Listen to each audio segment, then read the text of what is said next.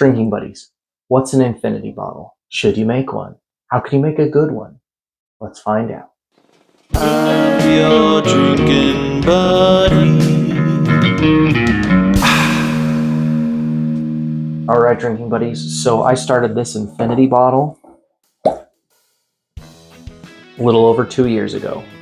I chose a synthetic cork on purpose because I knew that if I kept it for a long time, I don't want that regular real cork to be pulled out a bunch of times and me to ruin it. Let's give our infinity bottle a little taste, shall we? Let's let it sit here for a second while I explain what it is. So an infinity bottle is when you have essentially blended a bunch of whiskeys together. And why would you do that? Well, for a lot of people, it is, taking the tail end of a bottle of whiskey and pouring it into a glass bottle, and therefore you're not like wasting it, or you're getting rid of some old bottles. Well, what can be the problem with that? Well, as you know, whiskey starts to oxidize the more air is in the bottle. I think a lot of the times infinity bottles get a bad name because people are taking bottles of whiskey they've had sitting on their shelf for 6 months with this much in the bottom. They're pouring that into the bottle, and there's a chance that if you do that enough times, you're going to eventually pour in a bad sample in there. You might ruin the whole bottle. How do I do mine? I don't pour from the bottom of my bottles. I would, if I'm going to add something to this, I'm going to take something like this. I don't think I've put BRTO2 in here yet, so let's add some. Why not? Well, because, man, this cork didn't want to come out. Dang. Anyway, why would I want to add it when it's pretty full? Well, because I know that this is still at the proof that I bought it at. I know that there's no chance that enough air has gotten in this bottle to ruin it. And if it was down here, there's some question marks. So tip number 1 is going to be, don't pour your dregs of your whiskeys in your infinity bottle. Pour them from the top. That's my first suggestion.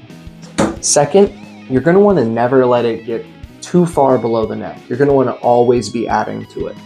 And that's like conditioning it. You're making it, make sure that it's never going to go bad because there's not enough air in here to ruin it.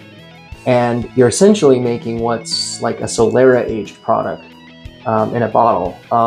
But yeah, there is whiskey in here that I put in here 2 years ago. There's Scotch in here, there's bourbon in here, there's rye in here, there's Canadian in here, there's Japanese in here, there's Martian whiskey in here that I got from Elon Musk. I'm probably not supposed to talk about that. But anyway, if it's whiskey, I have put it in here. Really, really fun project because each and every time you pour a glass, it's completely different. Let's see what we got here.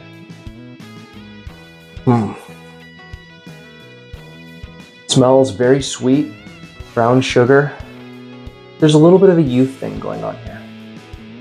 Maybe it's possible that I poured something in fairly heavily and it was a little young.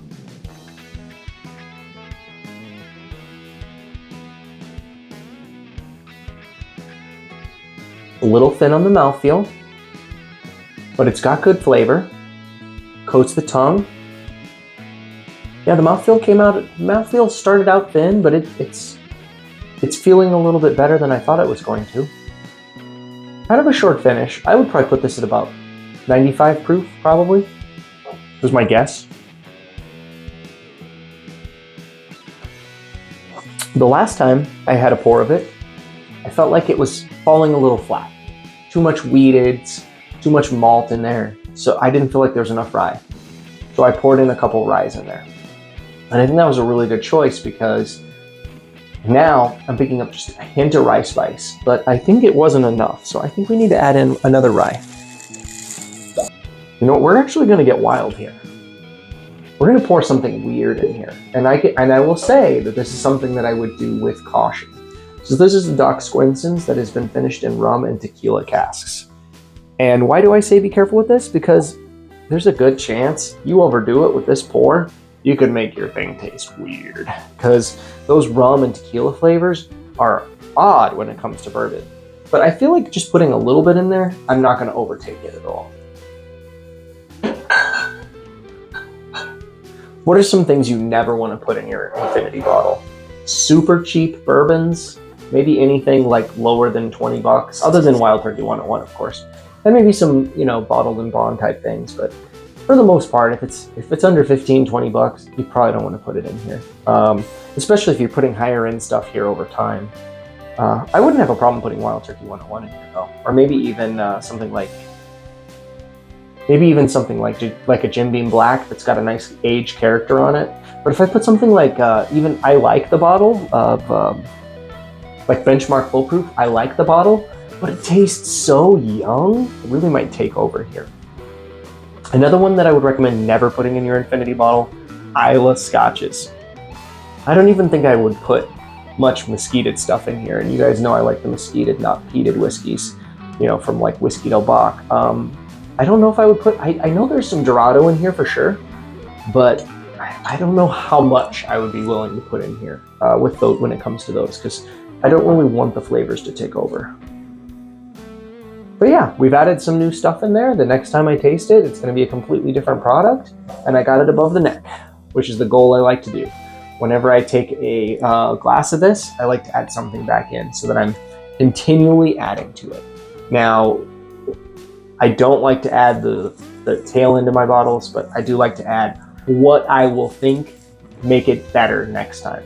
So this time around, it didn't have enough rye, and it was maybe lacking a little bit of uniqueness.